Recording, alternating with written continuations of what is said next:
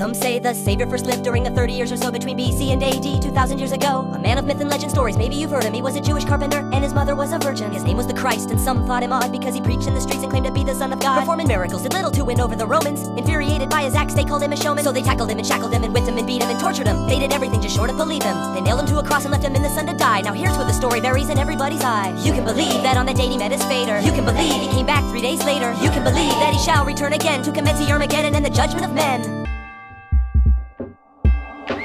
He won't descend from the heavens till he emerge from the earth with worms in his eyes, his blood dry as dirt, all bones with little chunks of mummified flesh. Even the bugs in his bowels will be repulsed by the stench. Hungry as hell, not eaten into millennia, and he'll immediately need to start feeding some. He will search for the first church as down come the rains, moan in Aramaic with a craving for brains. Half-eaten believers scream, Jesus of Nazareth! Their dead bodies rise back to life like Lazarus. This horror story will be in the new Bible, written by zombies, Jesus' newest disciples. Satan won't arrive for the end times war, and Christ will hunt 100 and be hungry for more. No rival, no reason to deliver us from evil. The undead Prince of Peace is feeding on people. And he shall rise, rise, the Son of God will arrive, back from the dead, and when it happens it'll blacken the skies. And he shall rise, rise, and we'll all be surprised as he walks the earth to the cries of he's alive. Now wait, what would Jesus do? Well, let me tell you what he'll do.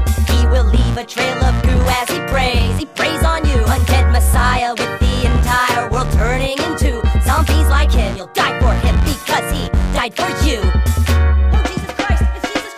For centuries, men of cloth have warned us that this day will come, and they've used it to keep people oppressed under their moral thumb. They've controlled and convinced us that our lives are filled with sin. Well, guess what? That's who he's coming for.